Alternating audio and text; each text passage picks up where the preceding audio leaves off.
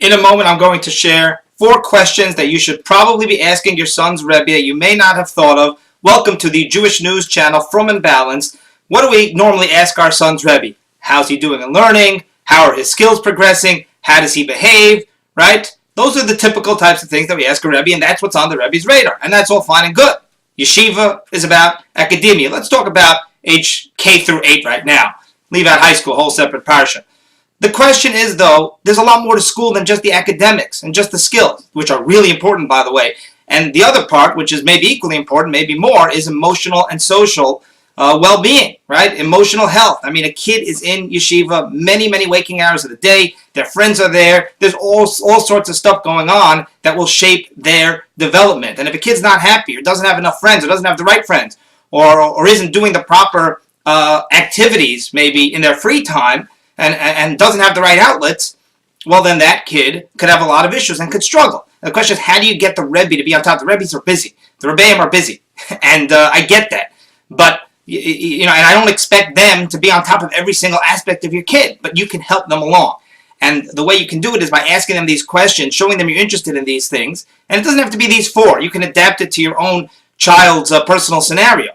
But by having these things on your radar and by placing them on the Rebbe's radar, you'd be amazed at the kind of response you'll get. Question number 1.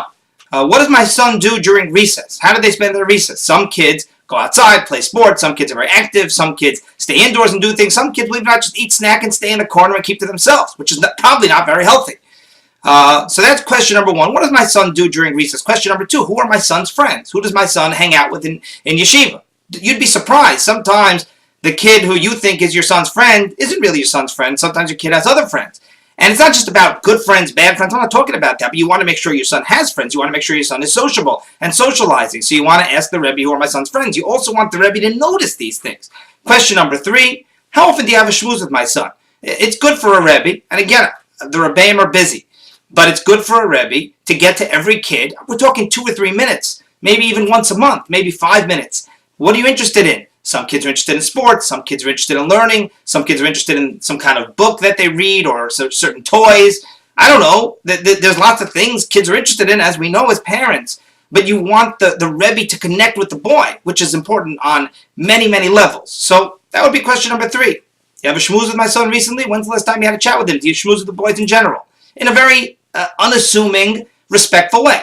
And question number 4, which midas do you think my son exemplifies? Which midas do you think my son excels in, other than in learning? Again, they're noticing the learning, but are they noticing if your child is loud, quiet?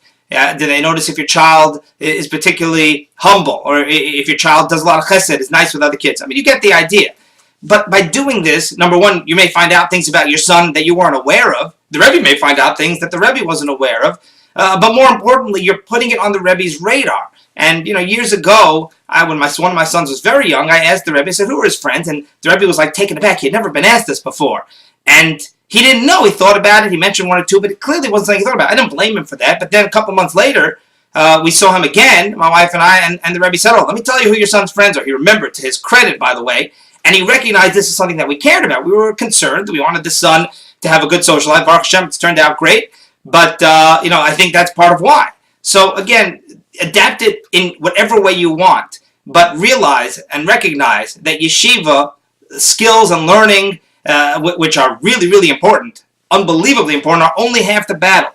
And his social and emotional development, he or she, by the way, that sort of development that goes on in school probably happens more there than anywhere else. And it could be really great, it could be really bad, and you'd be amazed. You have a lot more control over it than you think if it's on your radar. Thanks for being here on the Jewish News channel. We will see you next time.